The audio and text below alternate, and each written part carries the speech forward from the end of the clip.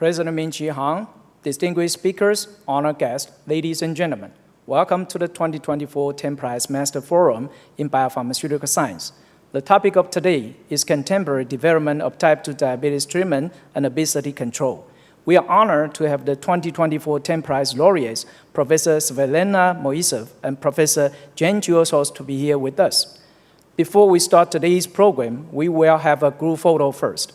Please remain in your seats, and our photographer will take a photo from the stage. Everyone, please turn to the stage, look at the camera, and smile.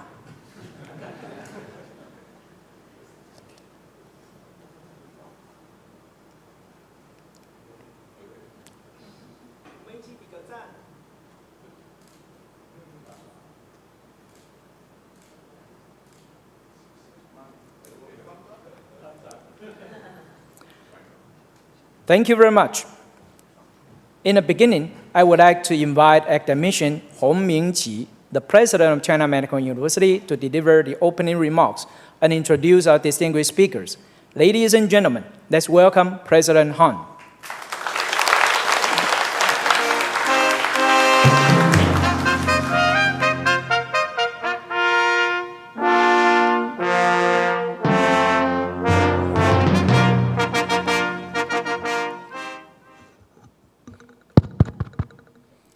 I'm not sure I should wear glasses or not. And for those of you who are senior, you know what I'm talking about. When you come to this age, sometimes you need the glasses, sometimes you don't need the glasses. I'll try not to use it. Okay. Dear Tang Prize laureate, Professor Svetlana Moisov and Professor Jen Juosos, host. Of course, the laureate's family, and also the Tang Prize Foundation, the CEO, Chen Zhenjuan Jiaosou, and also the convener, Tang Prize Biopharmaceutical Science academician, Zhang Wenchang.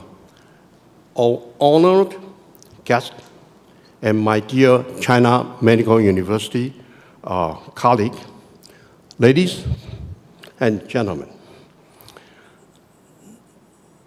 It is a great pleasure and honor to welcome all of you to join this 2024 Tang Prize Forum on the contemporary development of the type 2 diabetes treatment and obesity control in Taichung. This year, the Tang Prize in Pharmaceutical Science was awarded to Professor Joe Habena, Svetlana Moisov, and Jen Juosos, three of them, for their seminal contribution to the development of type 2 diabetes treatment and obesity control, namely famous GLP-1. Dr. Joe Habena from Mass General Hospital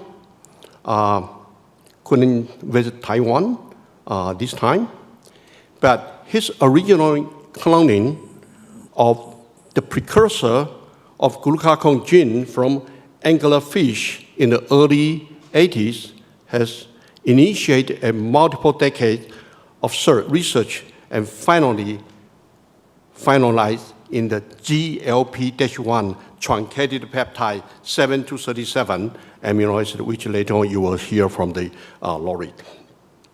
And that particular peptide was shown to be effective to treat obesity and diabetes patients. Currently in the world, there are 500 million diabetes patients and almost 1 billion obesity patients, including myself. Okay. And Professor Moisov, she's a world-renowned peptide biochemistry from Yugoslavia. She received her PhD degree from Rockefeller University in 1978 under supervision of the late Robert Bruce Merrifield, who received a Nobel Prize in 1984 because he's developed solid phase peptide synthesis. And Dr. Mary Field actually visited Taiwan in 1977-78. Professor Moisoff continued her postdoc work with Mary Field in Rockefeller till 1983. Then he moved to Boston, joined the Mass General Hospital from 1983 to 1990, where as an independent researcher, she runs a Howard Hughes Medical Institute peptide core in Mass General Hospital as an independent researcher. And it was there that she started her very active and productive collaboration with Professor Habena and many others to search active GLP-1 peptide that can stimulate insulin release. And through her ingenious expertise in peptide biochemistry, she unveiled the mystery of GLP-1, namely a truncated form of GLP-1 to remove the first 6 amino acid, so-called GLP-1 7-37, is the one that associated with the activity to stimulate insulin release. Therefore, open a serious collaborative work to develop GLP-1 into an active treatment for type 2 diabetes. Starting from 1990, she was back to Rockefeller University to serve as an assistant professor. In 2002, she was promoted to be the associate professor. And lately, due to the recognition of GLP-1, which is so important for humankind, her contribution has gradually and correctly been recognized and received many, many prestigious awards recently, including this Tang Prize, and a few weeks ago in US, Alaska Award. Trust Rockefeller University will soon, well, she just told me that Rockefeller already did a lot of things for her. But I think, personally, I think that Rockefeller should very soon give her an endowed professor title, which she deserved for a long time. Of course, to search for an active intestine secreted peptide hormone to stimulate insulin release for treatment of the diabetes patient, this is not only in the US. It's an international event. For example, in Europe, in Denmark, Professor Jens Juul Host in the University of Copenhagen, his team was also actively pursued on this direction. His lab would show GLP-1, the peptide, in pig intestine has the activity to stimulate insulin release, and also show that this peptide affect human appetite. So you will not, even you go to night market, you will not like to eat. Okay, so you can control your diet. Okay, so his lab is still very actively working on this area, on GLP receptor agonist, one direction. The other direction is the DTP4 inhibitor, which I believe he's going to present it, so I will not mention here. Professor Host received his doctorate degree for medical science from University of Copenhagen, also in 1978. But he was an assistant professor then. Then in 10 years, in 1989, he quickly ranked to the full professor. And through his entire career, he has been very, very productive. I'm a little bit jealous, but anyway, I'll later on say it. He has been well recognized by his peer and have received many, many awards. So in 1993, from his country, from Denmark, okay? In 1993, he was a member of Danish Academy of Natural Science. 1996, he became professor, but that year he became member of Royal Danish Academy of Science, and in his country, this is the highest honor. In 2010, in University of Copenhagen, he served as a senior group leader, Novo Nordisk Foundation Center for Basic Metabolic Research. And when we talk about Novo Nordisk in Taiwan, it's equivalent to Taijidian semiconductor. So that company in Denmark has made so much money to become a magic mountain to protect the country. And in Taiwan, there's another one. It's what the Taijidian is called what? MSTC, yeah. That is also a magic mountain to protect Taiwan. And so he was a senior group leader over there. And as I mentioned, he has been very productive in his career. And I was a little bit, actually not a little bit, I was very jealous because his number of publications is more than, listen, 1,900. And his Google Scholar H index exceeds 200. Okay. With this very brief introduction, I would like to send my wholehearted congratulations to both the laureate, Professor Svelina Moisov and the Professor James Joel Host, for their well-deserved Tang Prize Award. And I would also like to call, by the way, congratulations. And I would like to call the entire audience to join me to give them a big applause.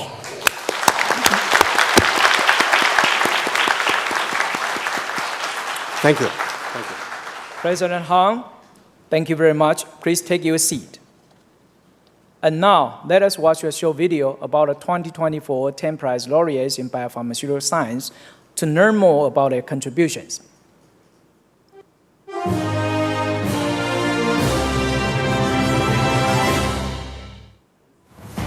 In the early 20th century, the concept of incretins was taking shape. Scientists realized the intestines may secrete hormones that cause insulin release and regulate blood sugar levels, but their nature and functions remained a mystery. In the early 1980s, Professor Joel Habener at Harvard Medical School, when cloning the pre-pro-glucagon gene from anglerfish, found it contained another peptide sequence. Which was very much of a mystery and a surprise, and it was not glucagon, but it was very close to glucagon. We called it glucagon-related peptide. Later, he cloned this highly conserved gene from mammals and discovered glucagon-like peptide 1, GLP-1. Its role was identified by Professor Svetlana Moisov, head of peptide synthesis core facility at Mass General Hospital. When she saw the 37 amino acid sequence of GLP-1, she saw the 6th as a possible cleavage site. If one is to cleave that arginine residues, there will be a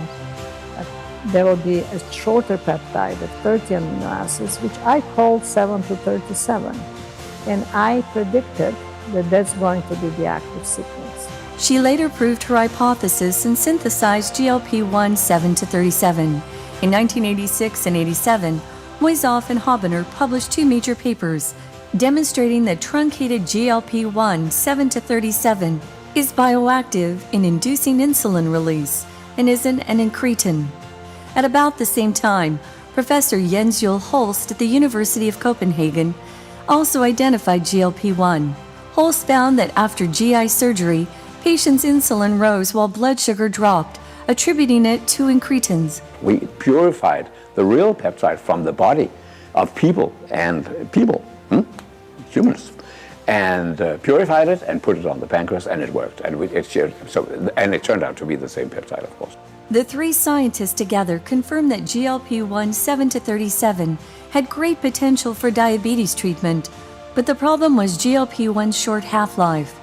After more collaboration in R&D, a GLP-1 receptor agonist was developed. Such agonists were also found to aid in weight loss, sparking a revolution in treating diabetes and obesity. Addressing the glucose but you're also modulating weight loss, energy utilization, appetite, gastric emptying, and a number of different things. So for the first time, we have something that has multiple effects that modify the disease process. Since GLP-1 receptors are present in several organs, the drugs may be applicable to cardiovascular diseases and cancer as well. The future of GLP-1 based therapeutics is bright. The biomedical contributions of these three scientists are truly far-reaching.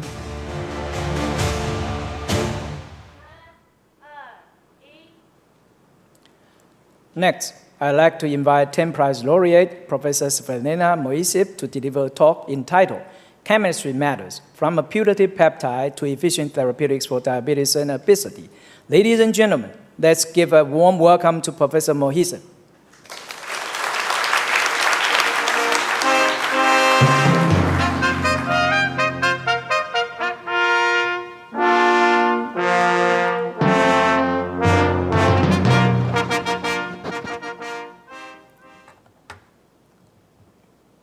Well, this is a tremendous honor for me to receive the Tang Prize for my contribution to the discovery of GLP-1 and to, I have to start this, okay?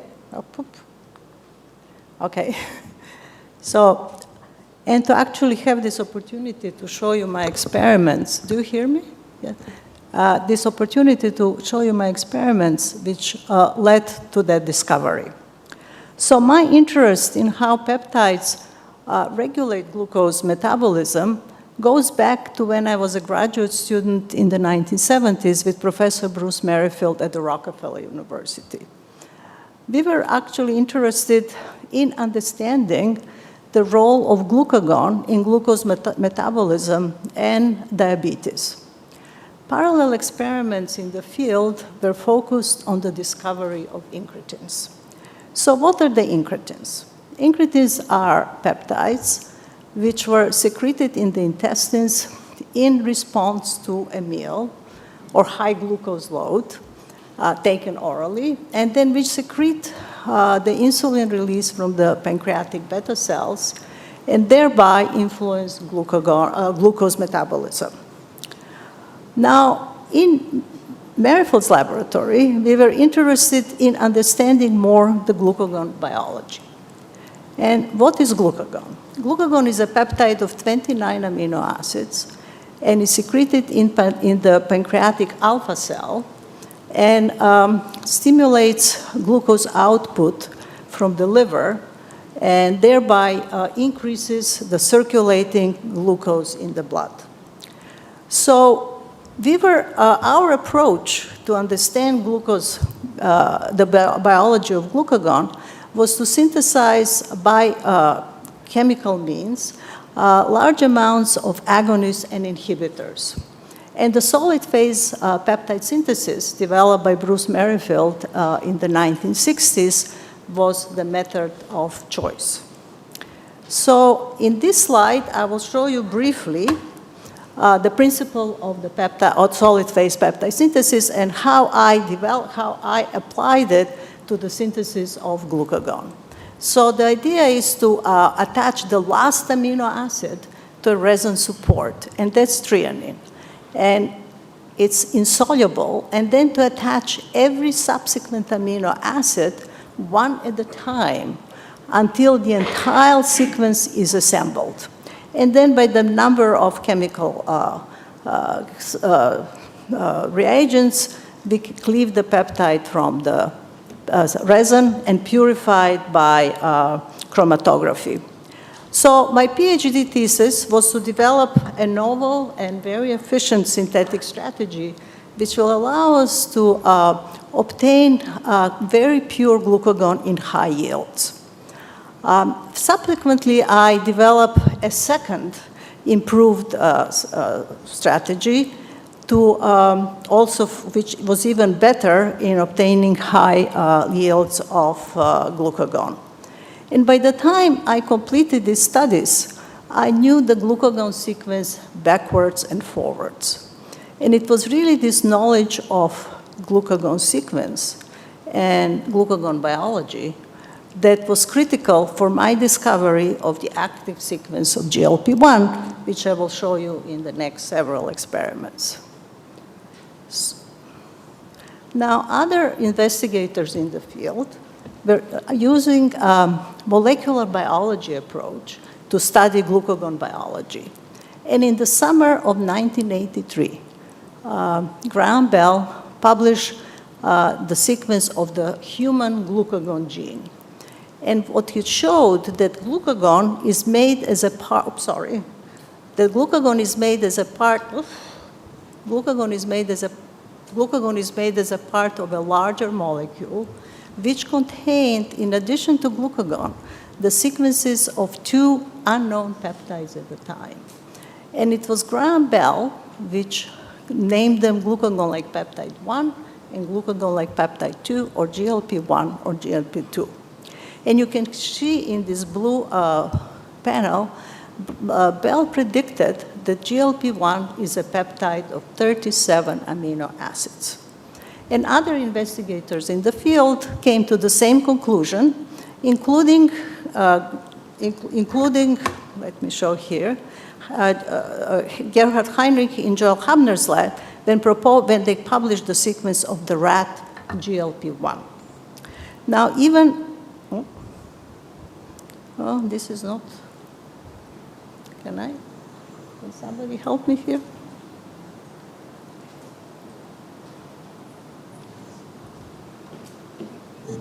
Oh, yeah, 2. Okay. So even in 1986, Orskov and Holst and their colleagues reported that GLP-1 is a sequence of 36 amino acids. However, when I reviewed the sequence of the GLP-1, I noticed immediately, I'll show you better here, the presence of arginine residue, which is here, in the predicted sequence of GLP-1. And I predicted that the cleavage of the arginine residue at the beginning of the sequence will lead to a shorter peptide of 31 amino acids, which starts at the position 7 of the predicted sequence. And that's shown much clearer on the next sequence. So here I will explain in more detail the rationale. So this is the sequence of 1 to 37. And if you can compare it to the sequence of glucagon, you can see that there is very little sequence homology between 2 of them. But if it's going to be cleaved at this arginine position 6, we are going to get 7 to 37. And when we align it with glucagon, we will see that there is a perfect alignment between amino acids in 7 to 37 with those of glucagon, which were known by that time are important for the biological activity of glucagon. In particular, I knew from my work at the Rockefeller University the importance of the histidine at the beginning of the sequence of glucagon. If that histidine is removed, then glucagon becomes inactive. And then everything came together for me. I predicted that GLP-1 7 to 37 would be the biologically active sequence, and that will be the incretin. So what is an incretin? It should be secreted by the intestine. It should stimulate insulin release by the pancreas, and the insulin release should be glucose dependent. So the first question we ask, well, is 7 to 37 secreted from the intestine? And to do that, I developed a strategy to prove my hypothesis. So this is outlined the steps which I undertook. So the first step was to obtain by the solid phase synthesis large amount of 7 to 37, and to use this synthetic material obtained from a single synthesis for all the subsequent studies. So that involved developing methods to detect it in the rat intestines, that was the model system, and also to use it in characterization of this biological activity. And for that, And as I will show you later, we used the perfused rat pancreas. And we showed this, I will show you in great detail these experiments. I'll show you the results, because that were the experiments we showed that 7 to 37 is an incretin. I also collaborated at that time, started a collaboration with Joel Habner's lab and his postdoctoral fellows, Drs. Dan Drucker and Jacques Philippe, to look at the expression of GLP-1 and its biological activities in cell lines. However, those experiments were inconclusive, and I will not show them to you. And then finally, let me show here, this is moving fast. We actually used a GLP-1, the synthetic one, in clinical studies. So let's start. So the first step was to obtain to synthesize 7 to 37, and for that I used the manual shaker. Now in 1983, manual shakers were not available commercially, and Dr. Merrifield sent me one from his laboratory. The next step was then to use the synthetic peptide to develop very sensitive radioimmunoassay, which is really a quantitative measurement of the concentration of 7 to 37 in tissues and in the blood. The next step was then to develop chromatographic methods to separate the larger 1 to 37 from the shorter form, 7 to 37, and from all the other peptides which are present in the gut. And for that I used first gel filtration chromatography, which separates by molecular weight. As you can see here, I actually detected them in the intestines, but the gel filtration chromatography is not sensitive enough to separate them by molecular weight, because if you can see here, they're different only by 6 amino acids. So the next, however, they're different in charge. So I already mentioned the arginine residue. There is an aspartic acid. There are 2 glutamic acids. And to separate them by charge, I actually developed something which was new at that time, high-pressure ion exchange liquid chromatography. And as you can see on the rat panel, not only that I separate them, but I actually detected 7 to 37 in the intestinal extracts. So that solved the first question. It is secreted by the intestine. The next question was then, but will it stimulate insulin release? And for that, I started a very productive collaboration with Dr. Gordon Weir from the Joslin Diabetes Center in Boston. And when we injected very small amounts, 10 to the minus 11 molar, very low, the same one which exists in the blood, we actually saw a sharp increase in insulin. And this is much more obvious when we go to 100-fold higher concentration. You see, now we can measure the amount of 7 to 37. As that concentration goes up, so does, look, the black line, the concentration of insulin. And in the same experiment, we also use the longer 1 to 37, the predicted form. And you can see it's flat. We are going to 10 to the minus 9 molar concentration. This is the concentration now of 1 to 37, which we can measure by radioimmunoassay, no insulin response, and even remarkably, at very high concentrations which don't exist physiologically, there was no insulin release. So that solved the second question. It stimulates insulin release specifically by the pancreas. Now, in subsequent experiments with Gordon Weir, we showed the stimulation of insulin release is dependent on the glucose concentration. As the glucose concentration goes up from 6.6 millimolar to higher 16.7 millimolar, we see increase in insulin release. Notice the difference in the units on these 2 different axes. And this is really what you expect in a real situation. Because when you eat a meal, you have increase in insulin release in order to compensate for to control the circulating glucose levels. And another important point from this experiment is that at very low concentration of glucose, it's inactive. And this was very important in the terms of thinking about it, because it meant that if a medicine would be developed based on the 7 to 37 sequence, then it's not going to be active at low glucose concentrations. It will prevent hypoglycemia, which is typically observed with insulin treatment. And with this experiment, we showed that 7 to 37 is an incretin. It's secreted by the intestine, it stimulates insulin release by the pancreas, and the release is glucose dependent. Now, what was really important conclusion for this set of experiments, that is actually the glucagon gene, which includes the incretin.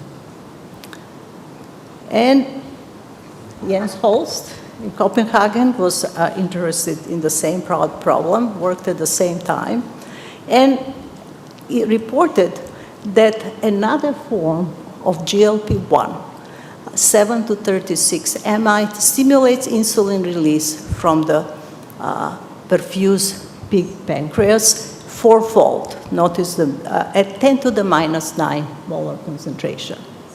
Now, at that concentration, Gordon Weir, in collaboration at 10 to the minus 9, he also saw that actually glucagon also stimulates insulin release fourfold. Notice here the different units on the y-axis. And in contrast, at the same concentration, GLP-1 7 to 37 stimulated 20-fold. And so, and of course, that was even more pronounced when we went to this very low concentration of 10 to the minus 11 molar. And what this experiment showed, that 7 to 37 was the most potent peptide, insulin-releasing peptide detected at that time. Now, I was interested in understanding, let me go here. I was interested actually understanding, we have to go one back, in understanding the biology of 7 to 36 amide.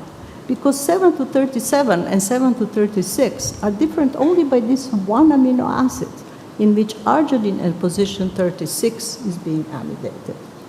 And then we went, and in my laboratory at the endocrine unit, we synthesized 7 to 36 amide, and using the same methods which I applied for the synthesis of 7 to 37, I showed that it's actually present, 7 to 36 amide, both in the rat intestine and to a smaller degree in the pancreas. And in subsequent experiments with Gordon Weir, it actually showed that they're equally potent. Here we again on this very, very low concentration of 10 to the minus 11 molar, and we showed that equally potent, very high insulotropic effects. Now, many years later, Orskov and Holtz showed that in human blood, both forms circulate, and that 70% of circulating GLP-1 is in the form of 7 to 36 amide, and 30% in the form of 7 to 37.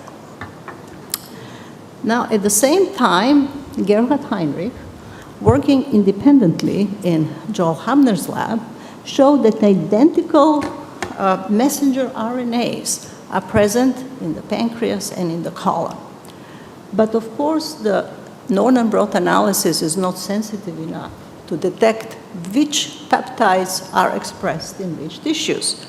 You needed the analytical methods, which I developed, to show that in the intestine, we have the three forms of GLP-1, the two active ones, 7 to 37 and 7 to 36 amide, and the second glucagon-like peptide, or GLP-2. While in the pancreas, the main product is glucagon, and to a smaller degree, the three forms of GLP-1. So, let me go here. So clinical studies after that followed very quickly. And by the end of 1987, Kramer and his colleagues in Stephen Bloom's lab showed that 7-to-36 is an incretin in men. But we were interested at the Mass General to understand, wait, you're going ahead of me. This is not showing up. We were interested actually to find out where we are now. This is Kramer's experiment. So we were interested, it somehow doesn't show here, but we were interested to find out whether 7-to-37 has any effects in type 2 diabetes. And for that, we collaborated with Dr. David Nathans from the Massachusetts General Hospital. And this was the first clinical study. It was very small, but it showed that the infusion of 7-to-37 led to a high increase in insulin and decrease in blood glucose levels.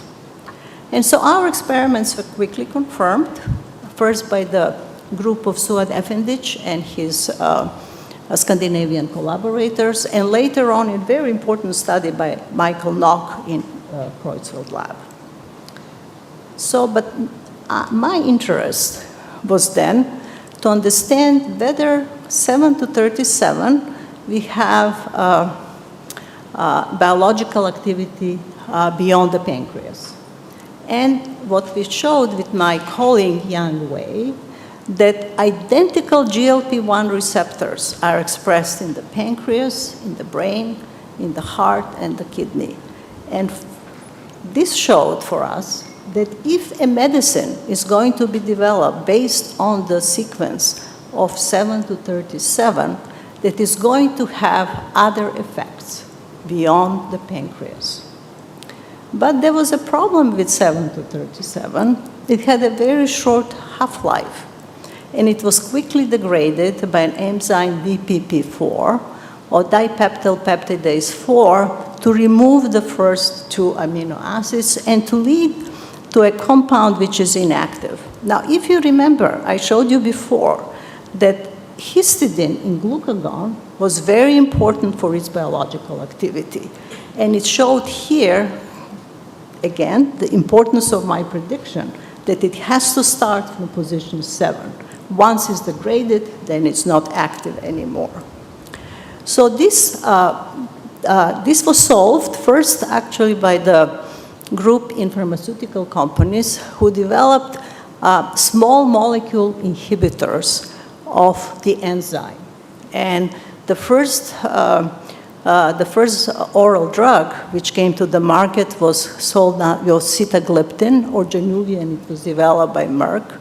And it's a daily pill which is taken, which is even still in use. And what was very important, this was actually the first GLP-1-based therapeutic, because it prevented the hypoglycemia, which was typically observed with insulin. Now, Novo Nordisk solved this problem and extended the half-life of 7-to-37 first by 13 hours, and then remarkably, this was really a remarkable accomplishment by the scientists at Novo Nordisk, to 1 week. And they did that by attaching a long chain of lipids, and which then led to the first medicine, liraglutide, which was taken once daily, and then to semaglutide, which you all know now is Ozempic, and it's very efficient in use for weight loss. So now, in 2024, we have a whole range of GLP-1 analogs, which are used to treat diabetes and obesity. The one is blue, is from the Novo Nordisk, and the later newcomer is the one which I want to point out, and maybe we can bring during the discussion, is this nirseptide, which is developed by Eli Lilly and based on the work of Richard DiMarchi and Matthias Job. It's a second generation of GLP-1 agonist, but it's a combination of 7 to 37 and GIP structure. So it's one molecule which can treat these two different conditions.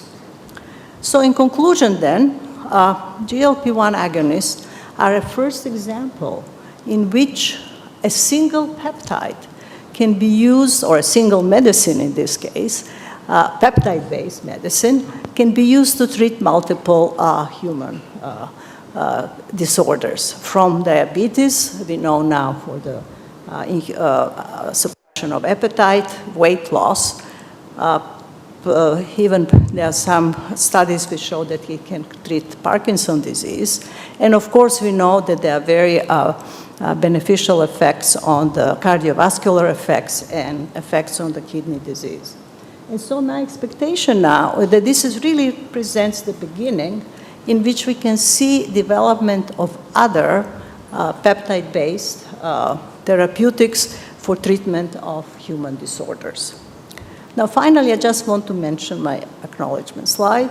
First of all, as already mentioned, I'm very grateful to the Rockefeller University, and I want to acknowledge my mentors, the late Dr. Bruce Merrifield and the late Dr. Ralph Steinman.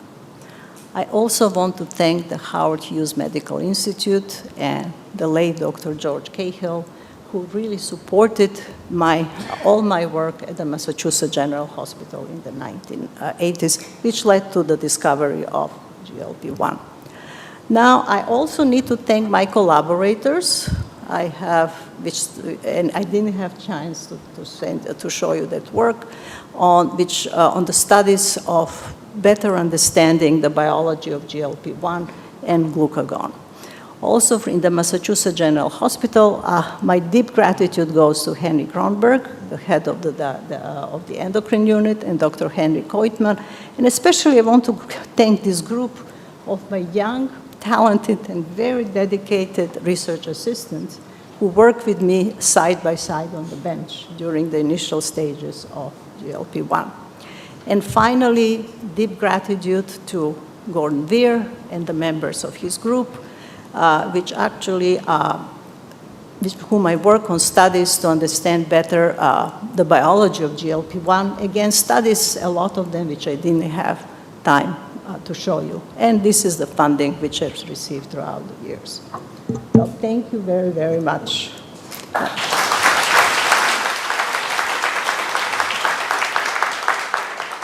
Professor Mohisev, thank you very much for the stimulating and inspiring speech. Let's thank Professor Svetlana Mohisev again.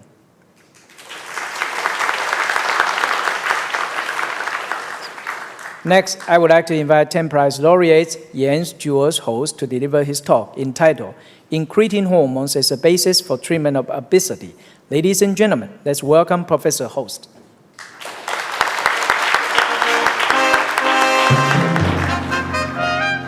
Thank you very much for this invitation. Today, rather than repeating myself from the Tang lecture, which was about the past, I will concentrate on what happened during the last 25 years with the GLP-1 research. So let's get on with it.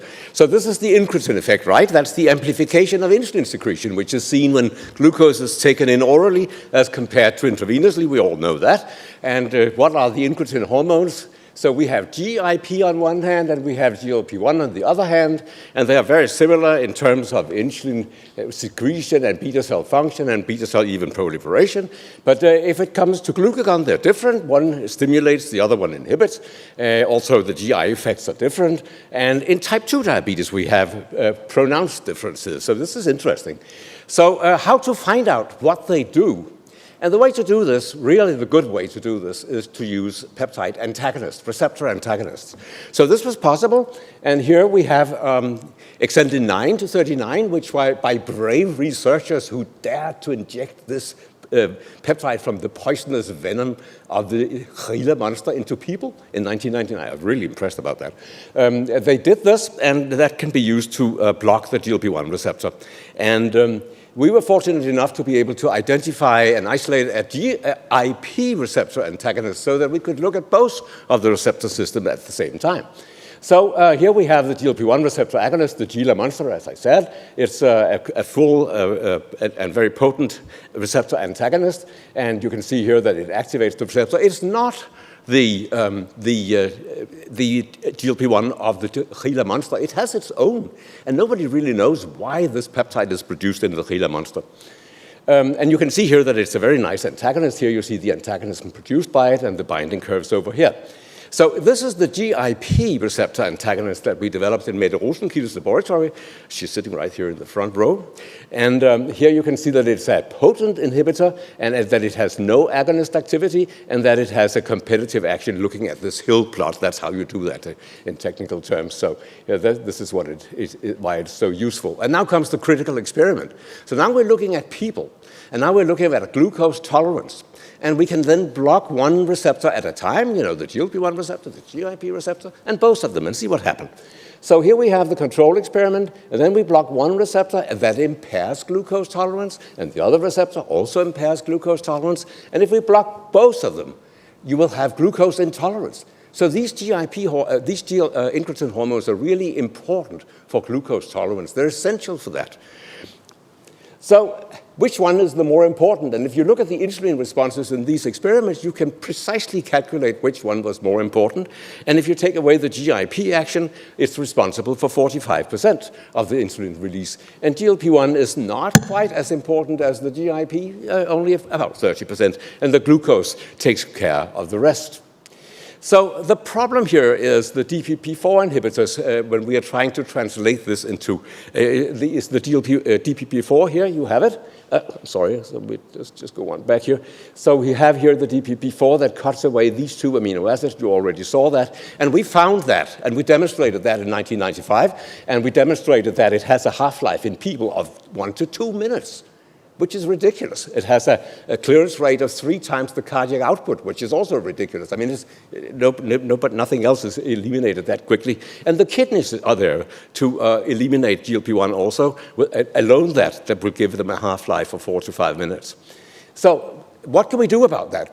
How can we use this for clinical medicine? And this is what's been looked at. So over here we have some peptides that are stabilized against DPP-4 because they have a different amino acid here, and are also stabilized against the very extensive extraction in the kidneys, but they still are filtered in the kidneys, and that means that they have a half-life of 30 minutes in the circulation. So something had to be done, and that's what's done in various ways. So over here we have the Novo Nordisk approach, that is the acylation. You already saw that. And if you improve the acylation technology, you can come up with semaglutide and a week's half-life, which is really, I was there developing semaglutide, and it was extremely exciting. So dulaglutide was from Lilly, and they put a big protein, an FC fragment here, attached it to 2 molecules of it, and that, of course, prevents the filtration in the kidneys and gives it a long half-life. Tirzepatide is, again, an acylated peptide here, but it's a combination of GIP and GLP-1, which is interesting, and maybe we can come back to that. So here is tirzepatide, and I'm using this as a very, very good GLP-1 agonist, and that's what it is. So come, have a look here. So in these people with diabetes that are treated with tirzepatide, half of them with a high dose will get an A1C level, a glycated hemoglobin level of less than 5.7%. That is normal. And that means that you can treat diabetes back to remission with a GLP-1 agonist if it's sufficiently good. And also in these diabetic individuals, you also had a great weight loss, as you can see here. So how does this fit into the treatment of type 2 diabetes? And that's what I really like to present here. So how do you treat diabetes? You treat them with lifestyle modification, diet and exercise. There's metformin, there's sulfonylureas. They're about to die out now because many drugs are better. There's the incretin-based therapies. There's the SGLT2 inhibitors, very important. There's insulin, of course. And then there's bariatric surgery. I was voting with some other colleagues which one was best, and we said, oh, bariatric surgery is best, but that's another story. So do they really help? Let's have a look at diet and exercise. And if you look at that, here's the most famous study of all that. That's the DPP program. And you can see here over a 10-year period what happens with diet and exercise.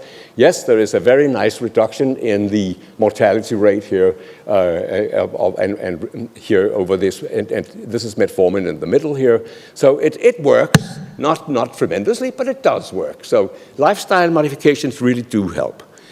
Well, this was then tried in the big look-ahead trial, which is one of the most extensive and expensive trials that has been done in this.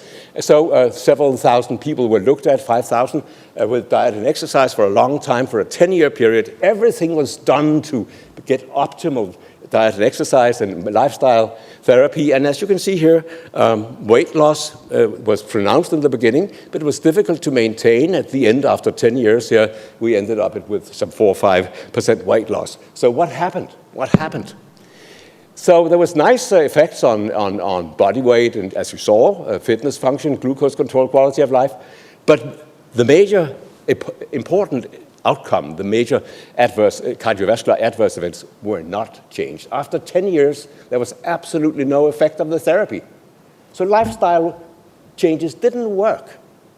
So this was the situation. This is one of the most depressing results ever reported. If you look at it, and the trial was stopped because of that.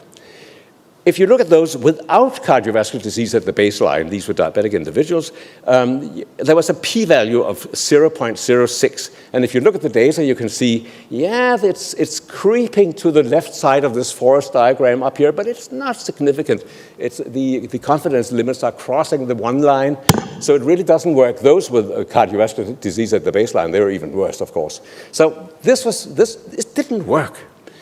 But then it turned out, thank you. And then it turned out that after 10 years, if you looked at those that had had a 10% weight loss, then they would have a 21% reduction in the cardiovascular complications, the end part.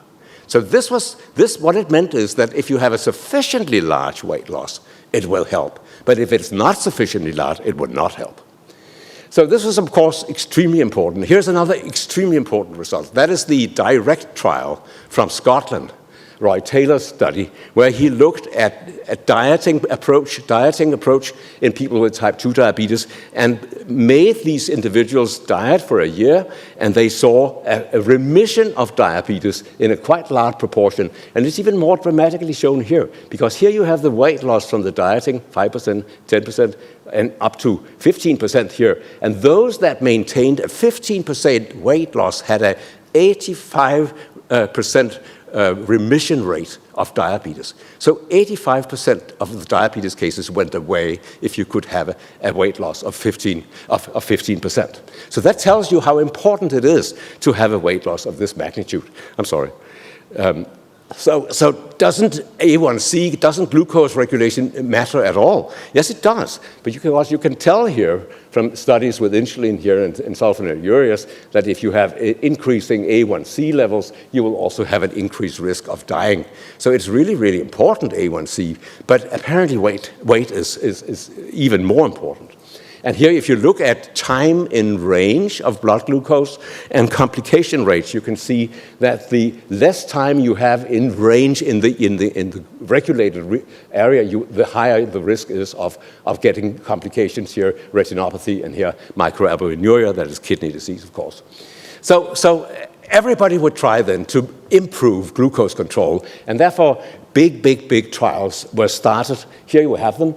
The UK PDS, the PROACTIVE, the ADVANCE, the VADT, and the ACCORD trial, in total 33,000 people that were treated with optimal therapy to lower their glucose levels. And here you see the A1C levels going down nicely in all studies. A very nice all-over study from 7.5 to 6.6, a strong effect on A1C. And did it help? Let's have a look. Here we have the forest plot. And here you can see, no, not significant at all. If you look at the overall result, absolutely no effect on cardiovascular risk and mortality. On the contrary, the ACCORD study, there was an increase in the mortality rate. People started to die because of the therapy. Okay, that was bad, of course. Then came the SGLT2 inhibitors, the glucose reabsorption and the kidney inhibitors. And they work, of course, by inhibiting the SGLT2 here in the kidneys. And as you can see, sorry, let's have a look at it again. Here you can see that here we have the SGLT2 sitting. And if you can inhibit that, you will also inhibit the, you can increase glucose excretion with the urine. And here you have the result of that study, the cardiovascular outcome trial with the SGLT2 inhibitors. That is a sensation. It worked. It saved lives. It prevented cardiovascular deaths. It prevented heart failure. And the overall major adverse cardiovascular effects was reduced by 14%. So they presented this study in 2015 in Stockholm at the EASD meeting, and it was a sensation. We were all completely crazy about it. We were standing on our chairs and waving because this was the first time it was possible to treat the mortality and the complications of type 2 diabetes. So what then happened, of course, was that the GLP-1 receptor agonists also were introduced, and 1 year after, we had semaglutide and liraglutide showing a very nice reduction in the risk of MACE, of cardiovascular problems. So here we have the 26% reduction with semaglutide. And this is perhaps the most important slide I'm going to show you at all. It's really, really, really impressive. So if you look at the meta-analyses that have been made about this, so the short-acting ones, they don't work really, so forget that. But all the other ones, they will have a nice effect on cardiovascular outcomes here. And if you look at the details of these, it's MACE, the major, myocardial infarction, stroke, cardiovascular mortality, all-cause mortality, and even heart failure, and all of them are very significantly improved. So this is the promise of the GLP-1s. Particularly stroke is interesting, because this is something that you cannot do a lot about, where you have the SGLT2 inhibitors over here, nothing with stroke, DPP-4 inhibitors here, nothing with stroke, but the GLP-1 receptor agonist, and very nice and significant effect. And here you have a summary of semaglutide effects in stroke. You can see the very pronounced effects of semaglutide on the risk of stroke in people with diabetes. So here is another extremely interesting study. That is the risk of developing dementia while you're on therapy. And see how strongly it is reduced during these many, many months, 130 months of therapy, a huge study from Sweden with 50,000 individuals. So this is what you can expect.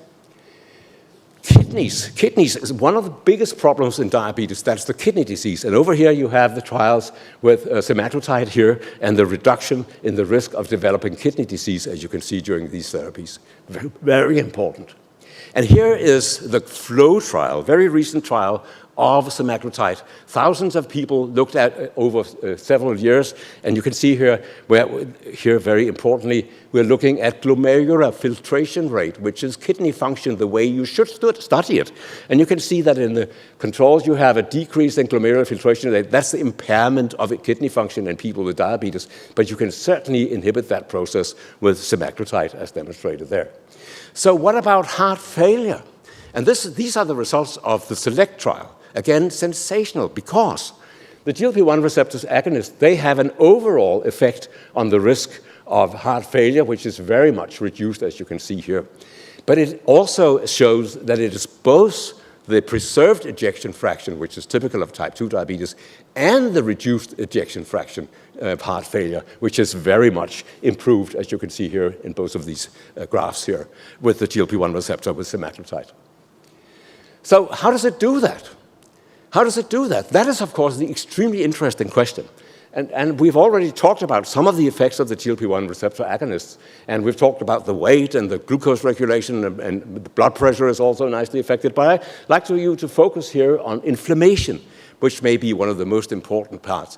You know, you have inflammation in obesity, you have inflammation in type 2 diabetes, and all the inflammatory markers can be reduced during the therapy with the GLP-1 receptor agonist.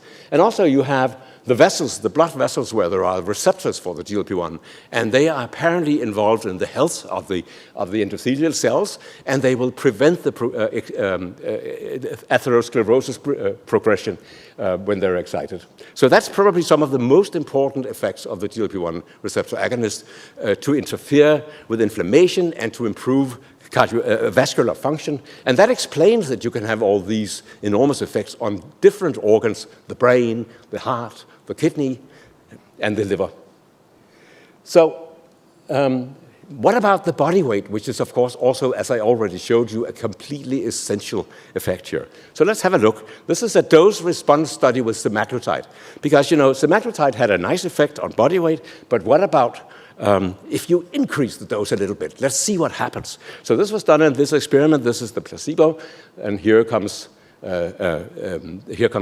Saxenda, the 3 milligram liraglutide dose, very nice weight loss, as you can see. But then comes increasing doses of semaglutide, and now we have responses of up to 14-15% of body weight. And that inspired people to start the STEP trials with the 2.4 milligram semaglutide dosing.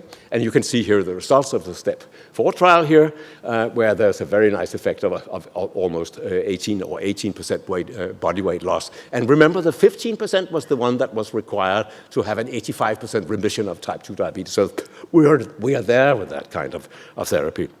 And this was then studied in people with obesity, but no diabetes in this huge SELECT trial where 17,600 people were followed for 40 months, and where the risk of type 2 diabetes was decreased by 73%, but importantly, the risk of cardiovascular disease was reduced by 20%. So even in people without diabetes, you will have a great improvement of the risk of cardiovascular disease and mortality.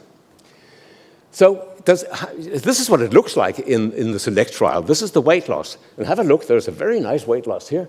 And it's maintained for 4 years. There's no tendency of return. So it really, really works.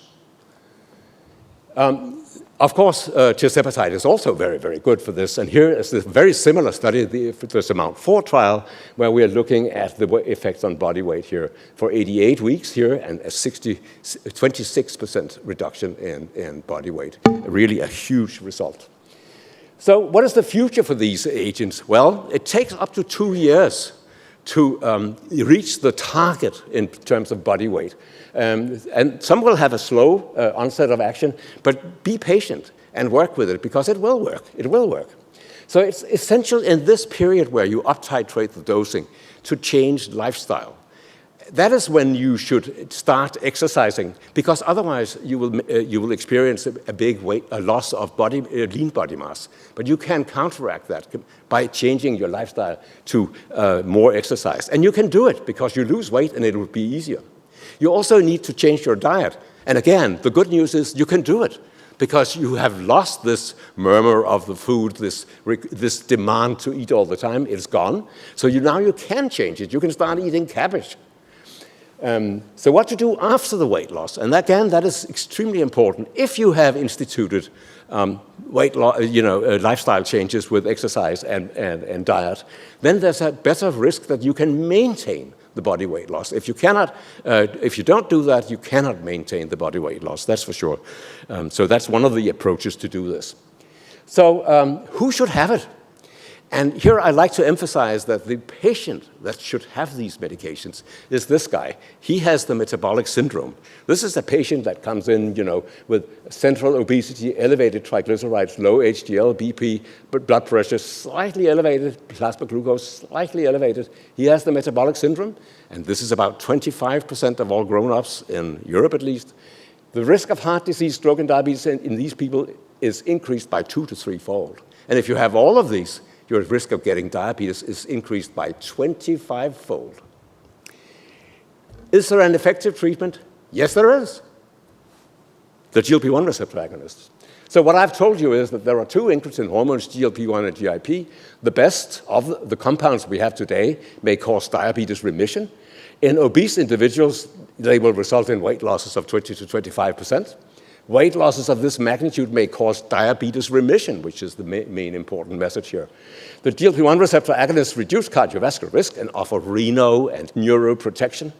The adverse effects are usually mild, also long-term. So what do we do now? What do we do now? What are we going to do with this? So there's a huge job ahead of us to try to find out what we should do for the society.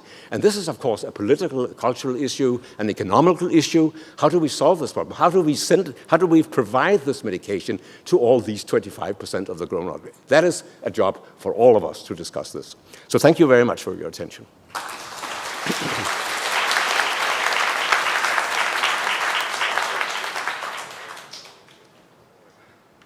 Professor Host, thank you very much for your amazing and inspiring talk.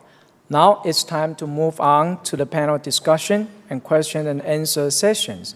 During this forum, our moderator will be accepting questions through the Slido. Please scan the QR code or click on the link and below the live stream channel. Thank you very much for your cooperation.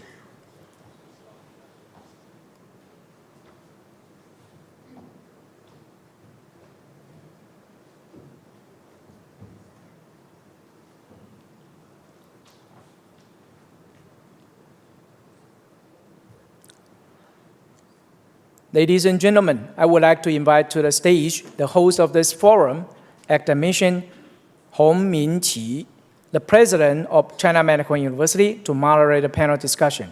I would also like to invite all our panelists, the 2024 Tang Prize laureates in biopharmaceutical science, Professor Svelena Moisev and Professor Jens Jules Host, Academician Shitu Huikang, president of National Health Research Institute, Professor Zhuang Limin, distinguished part-time attending physician, Department of Endocrinology and Metabolism, National Taiwan University Hospital, and Dr. Wendy Huang, CEO and President of the Board of Anji Pharmaceutical Company Limited.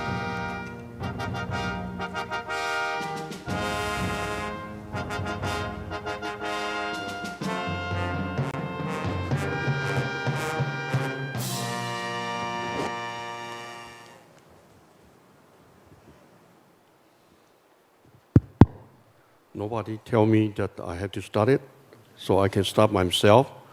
Being a university president is not unusual, or is quick. Nobody tell me what to do. I usually have to wait for somebody to tell me what to do. But anyway, we just heard the two great talks for this very important discovery, and apparently for human disease, it's still continuing ongoing. And thanks to the two laureates. And today we have an excellent panelist whom I will just briefly introduce from my right-hand side. Zhuang Limin he's from National Taiwan University. He was a physician and having treated a lot of diabetes patients. And also, very importantly, when we were little, we were neighboring. So we know each other when we were in elementary school. And then from the other end, Wendy Huang, who is the CEO and the president of the panel from Anji Pharmaceutical company. So she's the person who responds for making money. So interesting in making money, talk to her. And then the last person, but not least, is the president of the NHRI, National Health Research Institute. He's also a academician of Academia Sinica, Shitu Huikang. Thanks for joining us. So we may have 40 minutes or so. So what I would like to do is, by the way, thank you for the two great talk. So maybe if we start from that end, then we go to a couple rounds. Then after that, if possible, I would like to save 10 minutes for audience to ask the question. And for audience, you have to use Slido, okay? You will see that. Did anybody use that QR code, so Slido? So if you have questions, prepare to do that. So why not let me start it first, okay? So Wendy, you want to go first? Everybody can hear me, right? So I was supposed to be the last, Hong Xiaozang, but I'm so honored. I'm very happy I get to ask first. And after listening to the two lectures, I hope two laureates doesn't mind I modify my question a little bit than I previously talked to you, and the same question go to both of you. Being a pharmaceutical product developers, I'm particularly interested about where we go, like Professor Ho said at the end. So now it's being developed as an oral drug, as a dual active, as a combination with a GIP agonist, with a GIP antagonist. So where are we going as far as the next superstar of this field? That's question number one, okay? And question number two is, it sounds like a panacea to all. Will we see it on a vitamin shelf a few years from now? I think everybody should take a pill of GLP-1. So with that, please. So I think we already have, which I mentioned with the TIRS peptide, we see that a combination of two peptides is actually better in reducing weight than the single one. So I can see in the, so that's a combination, so just to, again, review, it's a single molecule which combines the sequences of 7 to 37 and the second incretin peptide GIP. And we can see they act on two different receptors. So we have a single peptide which does that, and it has a higher efficiency in reducing body weight. And as I mentioned, I actually think there will be other peptide-based therapeutics would be explored, and we already know that pharmaceutical companies are working on that. Another, we should consider really bringing leptin back to the picture, because we know that leptin is very efficient in reducing weight in healthy subjects, but not in patients with type 2 diabetes. But if, say, semaglutide or tirzepatide can bring the weight down to what can be considered a healthy state, then leptin can maybe continue to actually act on different tissues through the adipose and also combination between the brain and the adipose to actually maintain that weight. And so I see that there will be a combination not only of different pancreatic and intestinal peptides, what we are testing, what we are looking now, but actually including other proteins or other hormones which can influence actually weight. Okay, so that's an interesting proposition, and I'd like to add that one of the actions of amylin, which is now one of the components that are being combined with GLP-1, is reported at least to resynthesize the sensitivity to leptin. And that may be one of the reasons why amylin is a particularly interesting combination product. But you're right that there are many new developments underway, and for instance, there's GIP agonist and there is GIP antagonist, which is really hugely interesting. And right now, it is not clear in people why this is. There's a lot of studies in rodents, and it's absolutely clear that rodents are different from humans. They are, really. And that makes it very difficult, actually, to find out exactly what goes on. Now, if you take tirzepatide, the effective dose is 15 milligrams, and they compare it with 1 milligram of semaglutide. So you say, what's the difference? It's the difference of 15 times the dose. Nobody thinks of that. I mean, that's ridiculous. So that Novo Nordisk company right now, they're trying higher doses of semaglutide to see if they can obtain the same. And we don't know that yet. But that's very, very possible. The actions of GIP are very, very controversial, and we don't really know. Right now, so what happens with people with genetic variations in the GIP receptor is that all the inactivating receptor mutations are associated with leanness. And this is completely consistent with the old concept that GIP was the obesity hormone. So this is not a logical component. What happens with tirzepatide, it's a wonderful drug. It's really, really potent. It is a super GLP-1 agonist. That's what it is. And we can be happy about that because GIP story is, it's different. So that's one of the interesting things. The other one is, will it be in the supermarket? Can we just buy them? And that's a very good question. So one thing is that there will be many, many, many sites where these drugs will be produced in the future because there are factories all over the globe that are ready to produce it. And in addition, there will be small molecules, most likely. There's a small molecule in phase 3 of orforglipron, which is very, very promising. And it's much easier to produce the small molecules in large quantities. So that will be accessible in a completely different scale. But you're right, should it be in the supermarket? Well, I don't think so, because the way I see these medications, they are to prevent complications of diabetes. And that means that you should see your doctor and get a prescription if you are at increased risk of this. And that's how they should be used, in my mind. So you think the food additive is probably not an option right now? Okay. But you're thinking about but come on. Once you have developed visceral obesity, you're up the risk ladder, right? So you should control your own metabolism very carefully and see if this begins to affect your blood pressure, if it affects your lipids and your blood, And then you may be eligible for GLP-1 therapy.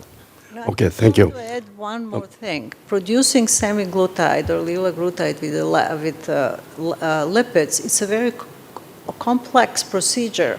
The yields are very low because the lipids tend to stick to purification methods. So I think what we need to think now is to develop new chemistry in which we can extend the half-life of 7 to 37. To just think in that way, and I'm sure, the efforts were based on the lipids, but I think we need to start thinking in terms of chemistry back. And I think that will come along. Something which is cheaper to produce, something which is easier to purify. And I think one of why there are shortages of semaglutide is because it's very difficult to produce it on a scale for millions of people. And so I think there will be combination there. Thank you both. Very inspiring for chemists. Okay, thank you. So maybe next, academician Situ. Yeah, I'm Hui Kang Situ from National Health Research Institute, Taiwan. So again, thanks a lot for the excellent presentation, both of you. So providing us actually very, very comprehensive information and also the innovative conceptual framework about the seminal discovery about the pro-glucagon gene, including the GLP-1, and also the subsequent identification of the biological function for the truncated 7 to 37 peptide as the insulinotropic peptide.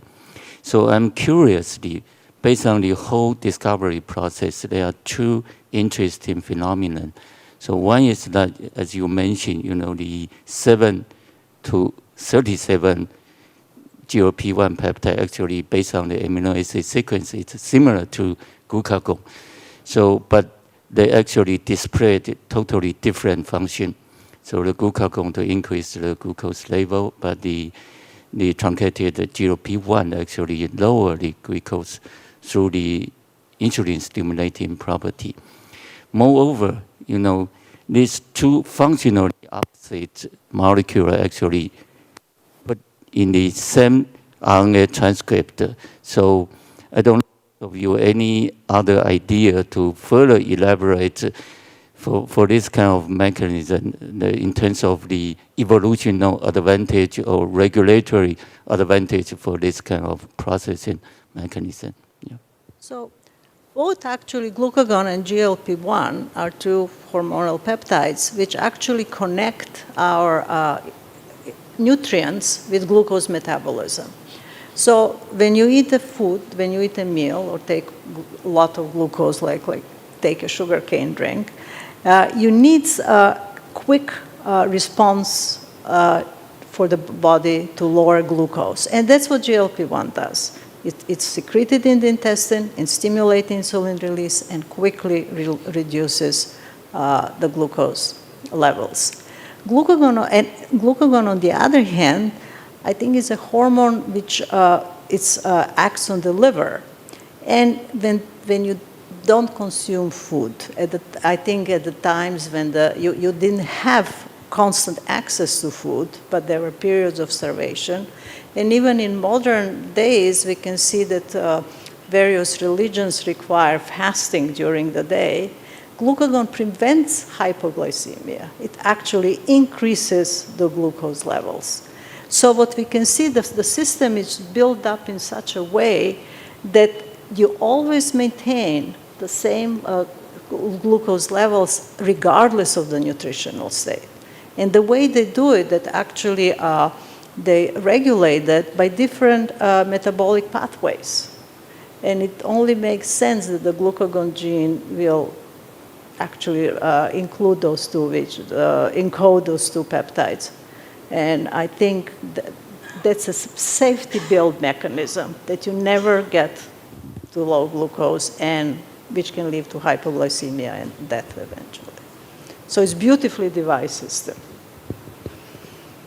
Yeah, I don't quite see it that way. So the interesting thing here is the processing enzymes. That's what determines what comes out of these products. So you're looking at the prohormone convertase 2 in the pancreas that is responsible for the cleavage out of glucagon, and the protein convertase 1,3 in the gut that cleaves out GLP-1 instead and leaves the other parts in an active form. So what is really interesting here is how do we view the biology of these things? If you look at glucagon biology, it's different in different species. So it has developed over the years. It's different in fish. It's different in birds. In birds, it's extremely important for lipolysis. In people, it doesn't work on lipolysis at all. The birds will fall down if they don't have glucagon. So there are some big differences that we don't really understand. And I don't see GLP-1 as the major, as I demonstrated that, the major incretin. GIP in healthy individuals is the major incretin hormone. But what it does is it's located slightly further down the small intestine in the L cells, which are dense there. And when food arrives at the more distal small intestine, where it's not really supposed to be because it's supposed to be absorbed in the proximal gut, right? Then it signals that there is now too much food coming in. And what it does then is signals appetite reduction by vagal actions. It inhibits the stomach emptying. It inhibits the secretion of acid and pancreatic secretion. So it is a signal, it's an enterogastrone, it's an ileal brake hormone that limits, the intake of food. This is a signal that now we have an abundance of nutrients there. So that's what it really signals. If by any chance any glucose has arrived in the circulation, okay, then it also stimulates insulin secretion to help get away with that glucose. So that is a neat system. But you're really asking who invented this idea of expressing PC1 in one and PC2 in the other tissue. And that one I cannot answer. You'll have to ask a priest, I think. But I also want to mention having it as a pro-glucagon, as a pro-hormone in which you have the 37 amino acids, which is inactive. It's also a way to regulate it because you don't want to have 7 to 37 there present all the time. It's probably you need to have it in an inactive form, and it goes back to activation of the enzymes, which will then release it when you take a meal. And so I think that's a very fine mechanism in the body, which also regulates the secretion of 7 to 37. And it goes down to the enzymes, like in some sense. So yes, based on the homology for the sequence for GLP-1, the truncated form and the glucagon, is that also we call the evolutional conservative? Yes. That's right. So we know that conservation of amino acids evolutionary are very important in biological activity. And actually, fish has two forms of GLP-1, one which is secreted in the pancreas, the other one in the intestine. And actually, I have shown with my collaborators that one form, the one which is closer related to the mammalian, 7 to 37, is more biologically active than the second form, which is less. And the second form has less conservation in the amino acids compared to glucagon. So in fish, there is a different mechanism.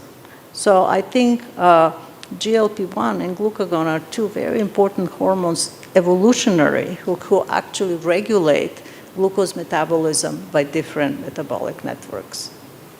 Okay, thank you. So we have a discussion of glucagon and the GLP-1.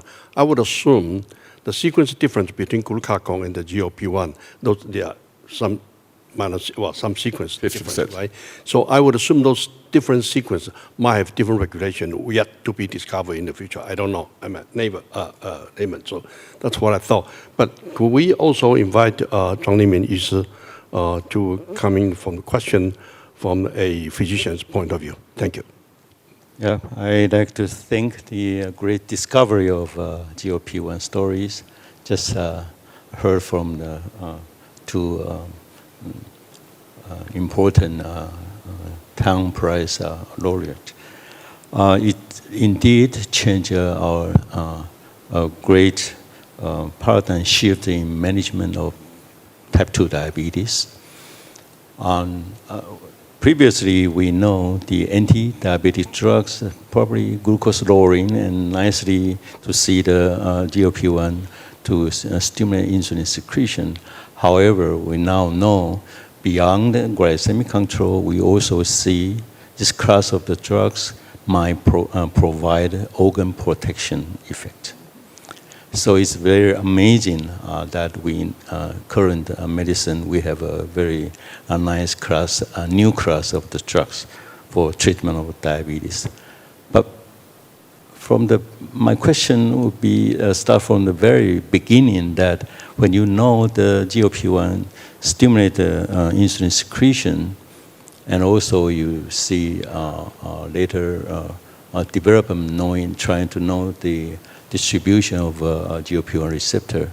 But how do you expect such GLP-1 based therapeutics would result in such a huge development in addition to glucose lowering, but also provide so many organ protective effects?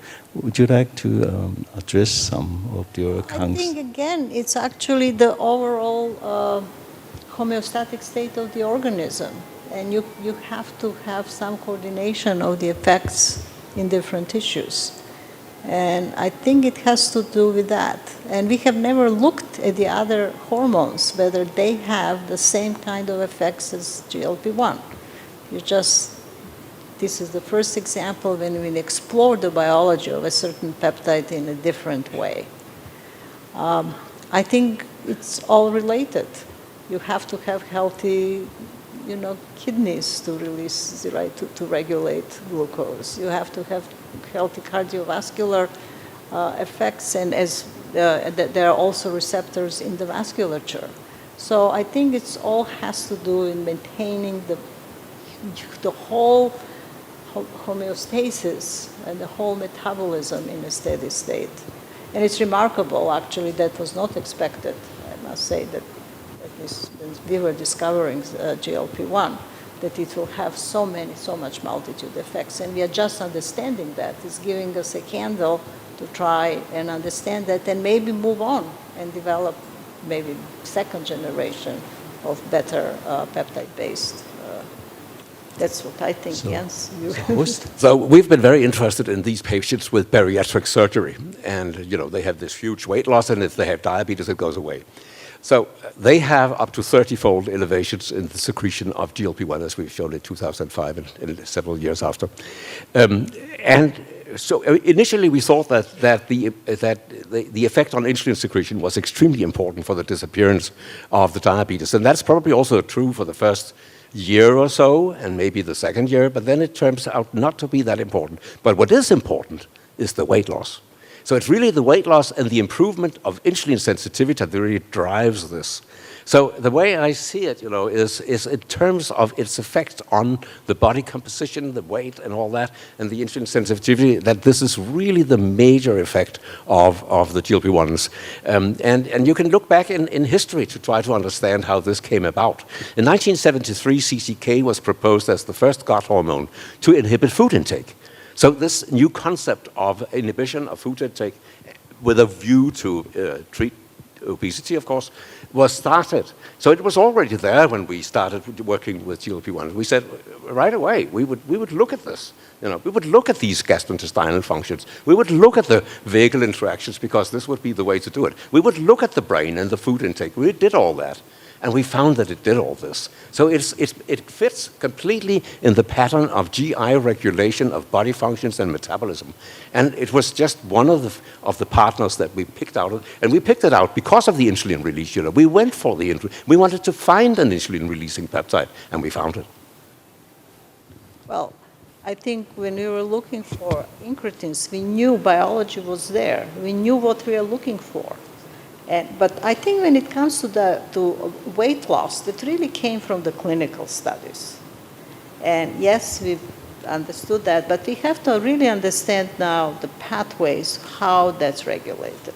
So I think we have to translate the results from the clinical studies to basic biology, to go back to the bench and understand how the GLP-1 receptors in the brain integrate themselves in different signaling pathways to regulate obesity and other effects, appetite, which will probably be different than weight loss. Yes. Okay. Sorry. So it's a beauty of integration of basic and clinical science. I think Yes, we can that's demonstrate right. That's it right, exactly. very nicely. Yes. GLP-1 is an example Really. of that, in which we can integrate, basic science on the bench with clinical. I'm just curious about the previous story about the so-called CV safety raised by Steve Nissen in 2007, where when he pointed out some drugs might carry cardiovascular safety. So the FDA actually encourage or ask all the new diabetes drugs should do CV safety. But if I'm just curious if FDA did not request such kind of requirement for evaluating CV safety or even stretching to CV outcome trials, how do we, or what's your approach to know the cardioprotective or renal protective effect from the clinical studies? Should I start here? So that's a very interesting story, and it was rosiglitazone that Steve Nissen picked at and accused it of causing increased cardiovascular problems, and it's probably not true, So, which is really a pity for GSK, who developed rosiglitazone, because they had to withdraw the compound, and it was actually quite a good compound. It's a good anti-diabetic, and that's true for all the TZDs. But they cause weight increase, and that's not what you can propose these days. But it meant that the FDA demanded all these cardiovascular outcome trials, and I think they've been extremely expensive, and unfortunately, it's the patients who have paid it. I mean, you have to realize this. All these expenses there are put to the prices on the medicine. So, and I know this is a very acute problem, particularly in the United States. so it has its costs. But on the other hand, they have provided us with incredible wealth of information. For instance, the problem with the pancreatitis that was raised for the GLP-1 receptor agonists, first with the exenatide and then with the rest. And it was a really stubborn one. But with the now 70,000 patients that are now included in the meta-analysis, we can rule out this as a major problem for the GLP-1 receptor agonist. And how cancers have come in, as a fantastic thing. And, so there's a recent study showing that in obesity, there's an increased risk of 13 different major cancers. And in the most recent meta-analysis, it was demonstrated that GLP-1 receptor agonist therapy would reduce the frequency of 10 of these 13 cancers very significantly. So it's coming out now, the beneficial effects of it. And it's really very, very interesting that in all these outcome trials also, the number of side effects, serious side effects, is significantly reduced during therapy. This is perhaps not strange when you look at the health benefits that we can obtain with these, but nevertheless, it's very nice to see that the frequency of the side effects is much lower than in the controls. Yep. Okay, so Taiwan is a democratic country. I have to save 15 minutes for audience, but we still have a few minutes before reaching the 15 minutes. So the panelists, it's a burning question, please. Yeah, I have a burning question because Dr. Hobbs just mentioned cancer, right? And in your slide, you also emphasized the factor of inflammation. And I know a lot of people now are studying for fibrotic disease, for Parkinson's disease. Where do you think the next one will be? So one of the problems with all the neuroprotection problem is can it get to the brain? Can these agents get to the brain? And the ones that we have right now, they don't get to the brain. They enter the circumventricular organs and bind to receptors there in the fenestrae of these capillaries, but they don't enter the brain. So even if we have a lot of receptors in the brain, they are not targets for the GLP-1 from the periphery, but from GLP-1 that is produced in the brain, in the nucleus of the solitary tract. There is a brain GLP-1 system. It's a little bit complicated story. But so all these receptors in the brain are not accessed by the usual compounds. The great excitement will be the small molecules that are under development, because some of these probably most likely will cross the blood-brain barrier and may actually reach these receptors. And if this is important for neurodegenerative diseases, we don't know that yet, but it's likely because it has been studied in sections, brain sections and brain tissues, and there's very beneficial actions on all of these neurodegenerative diseases, perhaps even Alzheimer's. There will be 2 major clinical trials coming out now, the EVOKE 1 and 2 trials. They're about to be finished this year, I think, maybe next year. So very soon we will know from big clinical trials whether this will work or not. Thank you. Okay. So do you have a burning question? How about you? Okay. Talking about the future, we now know GLP-1 can be used in combination with other hormones. And my question is, how many drugs will come soon? And the problem will be the physician side because we don't know how to choose the best one for each particular patient. So in the era of precision medicine, do you have any idea how to make a physician more easily to understand to choose combination A, B, or combination A, C, D? Can you? I think that will be, you have to try them on your patients. I think it's very difficult to predict. We know that some patients, don't have to stop taking semaglutide because they have side effects in the intestines. But that could not be predicted. I think it's very individual. And I think as we get more medicines, we will find out ones which will avoid those side effects and will be appropriate for the other group of patients. But I don't think, combination of peptides can help, but it's still a question of trying different combinations, yes. Okay. Unless we use artificial intelligence. Maybe that can come into the play, and then maybe they can help us design molecules which can actually fit into them. And actually people are using that, right? The AlphaFold program that we can see whether we can find other peptides which can fit into the binding pocket. And you said the outcome would have to be the outcome from the clinical trial. I mean, that's the endpoint. Yeah. I think, we have to use clinical trials. That's where we get a lot of our understanding of how this GLP-1 or other peptide-based therapeutics will work. Okay, so I have to say thank you to the audience. You guys give me so many questions, and I only have 15 minutes. So let me just quickly go to the question, and those questions, if it's something simple, maybe you can simply answer. For example, I will not mention the name because there are so many people who ask questions. Which one is the most important organ for GLP-1 agonist? Pancreas or brain? Is there any side effect for the brain in the long term? So that's the question. Answer? Yeah, I can answer that. That's definitely the brain. Because the body's own GLP-1 acts from afferent sensory neurons to regulate centers in the brain that regulate metabolism and all GI functions. That's the main function, and also appetite. And earlier you mentioned that some of those drugs has a blood-brain barrier, be able to pass the blood-brain barrier. The injected drugs mainly act via the leaks in the blood-brain barrier in the circumventricular organs. So it's a different entry rate compared to the endogenous GLP-1 in the body, but it still hits same kind of nuclei, one from the way of the nervous system and the other one from these leaks in the circumventricular organs. The area postrema and the median eminence, they're the most important ones. So the simple answer is brain. Okay? Yes. Okay, so the other question, GLP-1 has anti-inflammatory effect.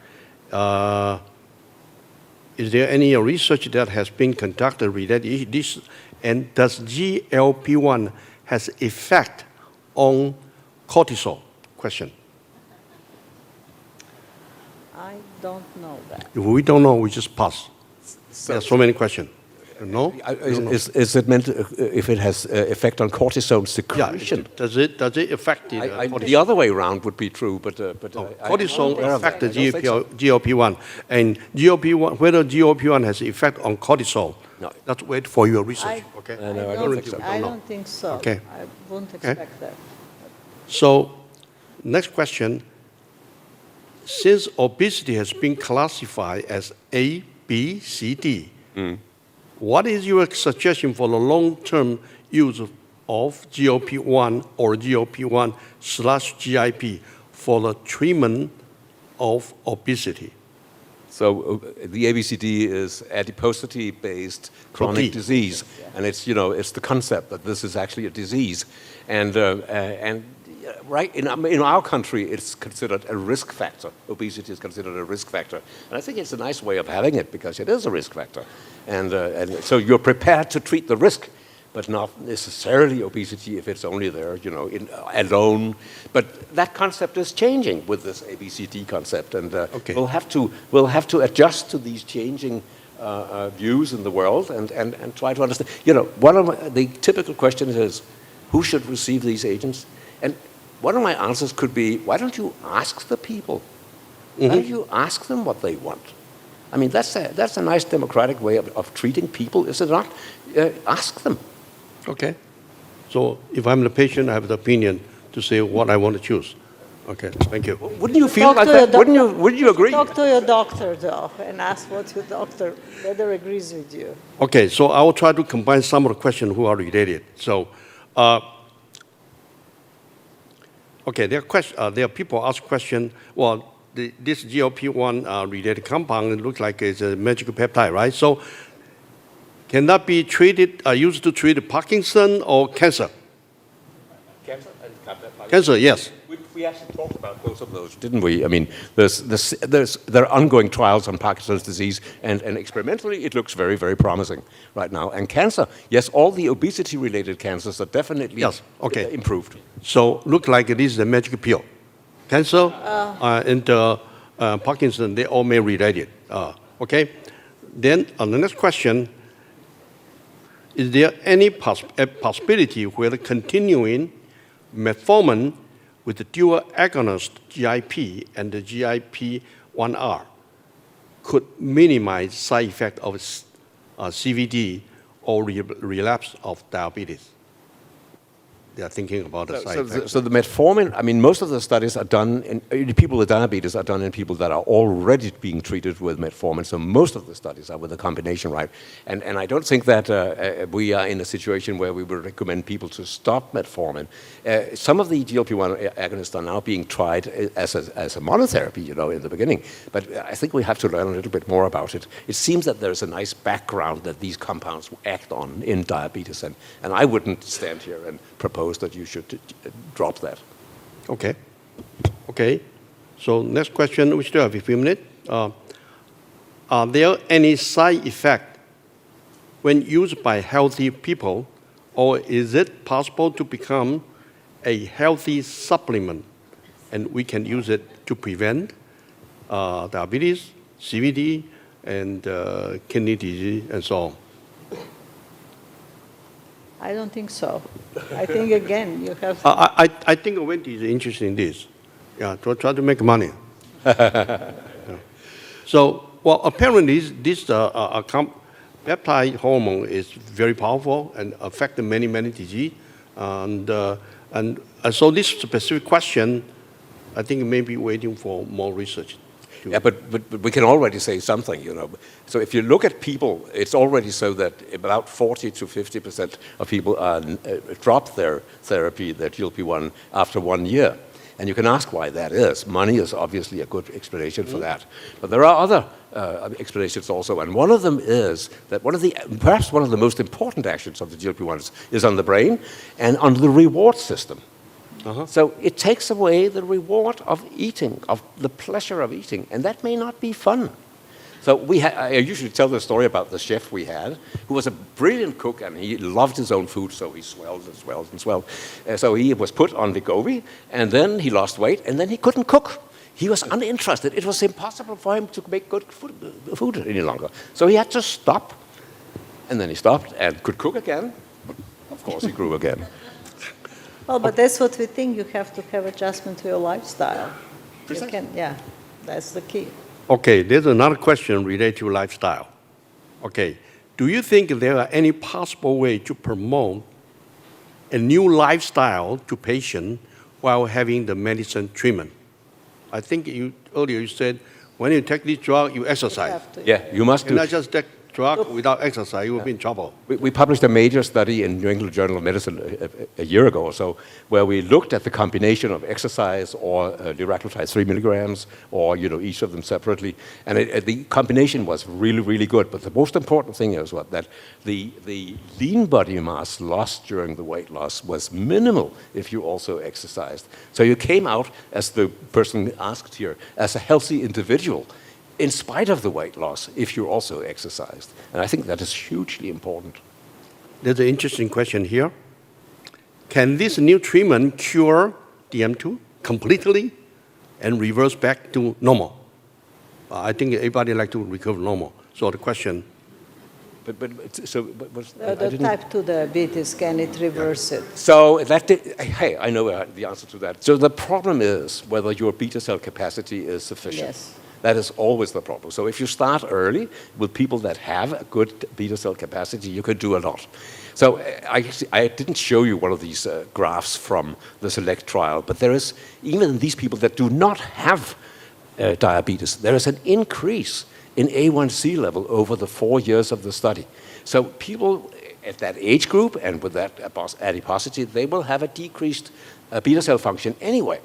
So this was not affected by the GLP-1 therapy. So there's something with the aging beta cell, and particularly the diabetic beta cell, that we cannot cure with the GLP-1s. So eventually, if you have a person with a very bad beta cell function, you may have to put in addition, some insulin.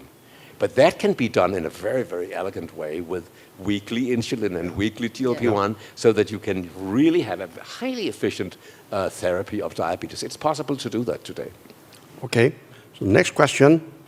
Because GLP-1 medication work by lowering blood sugar, concern has been expressed that patients run the risk of their sugar dropping too low.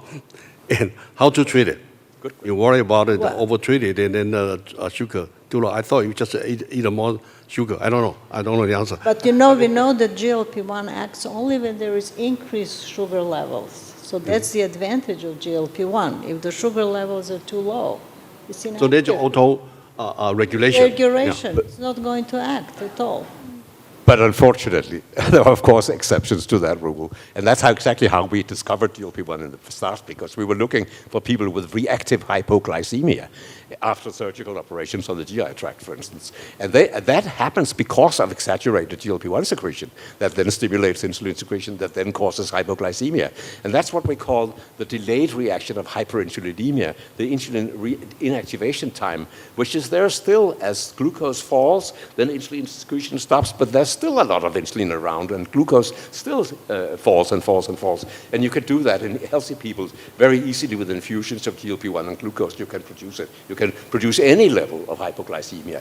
But fortunately, in people with obesity and diabetes, they are they're insulin intolerant. They're insulin resistant. So you cannot develop that reactive hypoglycemia in these individuals. But in healthy individuals, particularly in people with Roux-en-Y gastric bypass, I mean the bariatric surgery, they do develop hypoglycemia, and that's because of GLP-1 and insulin. And you could do something about it using a GLP-1 antagonist. Avexitide, which is Xentin 9-39, is now being studied for treatment of post-bariatric hypoglycemia. Okay, I'm trying to be a nice guy, try to complete all the questions, but I just realized this is the mission impossible. But I'll try to get whatever I can get. Okay, for patients with insulin resistance, is it necessary to combine GLP-1 with an insulin-sensitive drug, or my GLP-1 also improve insulin sensitivity? This might be an easy answer or difficult. No, it's really easy. Yeah. Because the insulin resistance is mainly due to fat. It's mainly due to ectopic fat in the tissues. And once you start losing weight, you will also improve your insulin sensitivity. So it's usually not necessary. So it's not necessarily, metformin, of course, is an insulin sensitizer. So we already discussed that it's usually combined in people with diabetes with metformin. But it's not necessary because it will improve, not by a direct mechanism, but by removing the fat. Okay. So the next question I would like to ask if there's a specific age group for the subject of the experiment. You mentioned many clinical trials. That they have any specific age group been discussed? So I have been along all through the development of these agents, and children is something that we've been very afraid of getting into because it has these trophic actions on various cell types, and you really never know. So we always have to be extremely careful. Now, trials are being carried out and have been carried out also in children. And one of the age groups where I think, can expect the best results with the GLP-1, that's in adolescents, in obese adolescents. So they're running a terrible risk of having even worse side effects than elder patients. So, and it works. It's been demonstrated beautifully that it works so well in these individuals. So you can give them hope, of a decent life, because otherwise they are really at a terrible risk of not only the complications, but also psychiatric and other risks, because it's such a terrible situation to be in. So it's really good. Okay, the science, I'm running out of time, but there are two very interesting questions. Let me just quickly combine them together.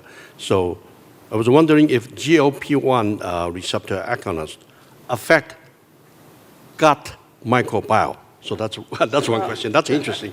The other one is, does that affect pregnancy when a woman pregnant? Okay, that's two questions. Yeah. I don't know the answer to that. Yes, it does. It does affect the microbiome because you change your diet. And the minute you change your diet, start on the cabbage, as we said, you will also change your microbiome. So there are rather profound changes of the microbiome, both because of the weight loss and because of the change of the diet. Whether there are direct effects of GLP-1 on the diet, I don't know. I'm not so sure. We've actually looked at this in detail, and it's hugely complicated. One of the most complicated papers I've ever worked on and contributed to it, I don't understand a word of it. It's from China. It's about the microbiome, and I don't understand a word.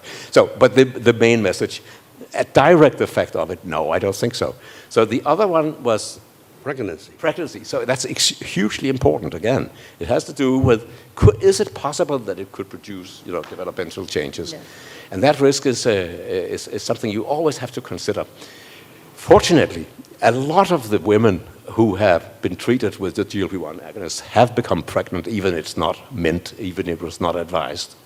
And I'm not aware of any malformations in any child so far during the therapy with a GLP-1 agonist. But this is something that you always must bear in your mind, of course. Okay, I know you're telling me that I'm running out of time, so I would like to take this opportunity to thank the two laureates who give us so many back and forth communication, and in addition, all our panel discussion expert, and thanks for all of them, but also for the audience. There are Yes. a lot of questions, very interesting questions, and so I hope this dialogue that today we like to congratulate the two laureates because they are tremendous contribution to the human disease. And apparently, from what we just heard, this magic pill probably affected in many diseases. Even we talk about the microbiome is also indirectly affected also on. So, and with this one that I would like to, I think we are supposed to be close this forum, and thanks for everybody's participation. And this is a great opportunity. So before you leave, can I make a suggestion that give a big applause for all of them and for yourself too.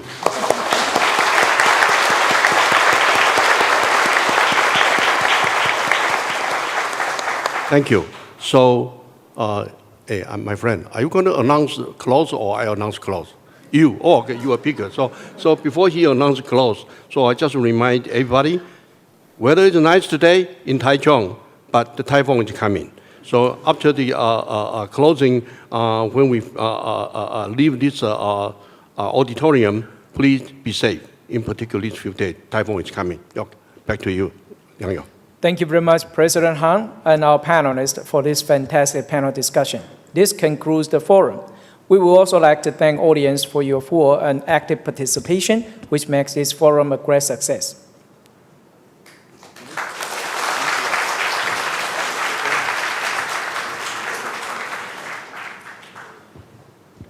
Oh, I forgot to mention one thing.